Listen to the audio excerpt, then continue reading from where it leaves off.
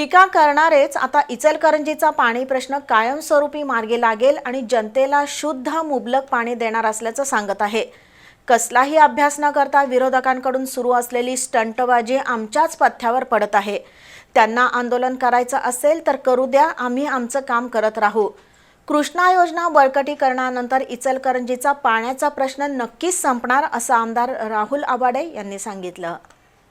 इचलकरंजीतील जलशुद्धीकरण केंद्राजवळ उभारलेल्या नव्या जलकुंभातून पाणी सोडण्याच्या कामाचा शुभारंभ आमदार राहुल आवाडे यांच्या हस्ते करण्यात आला।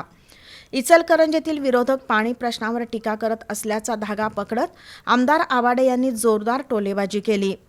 आता आमचे विरोधकच कृष्णा आणि पंचगंगा नदीत मुबलक पाणीसाठा असल्याचं सांगत आहेत। कृष्णेची जलवाहिनी बदलल्यावर दररोज पाणी मिळेल असं आम्ही सातत्यानं सांगत आलो, पण आता तर विरोधकांनी सुद्धा मुबलक पाणी उपलब्ध असल्याचा निर्वाळा दिलाय। शिरडो ते मजरेवाडी आणि इचलकरंजीतील डॉक्टर आंबेडकर पुतळा ते जलशुद्धीकरण केंद्रापर्यंतची पाईपलाईन बदलली की इचलकरंजी शहराचा पाण्याचा प्रश्न मार्गी लागेल। त्यामुळे विरोधकांकडून सुरू असलेली स्टंटबाजी आणि त्यांच्या टीका फोल ठरणार असल्याचा टोला त्यांनी लगावला।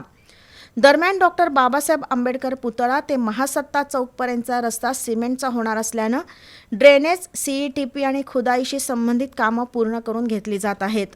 पण विरोधक स्टंटबाजी करत असून त्यांचं आंदोलन आमच्या पथ्यावर पडत असल्याचा टोला लगावला।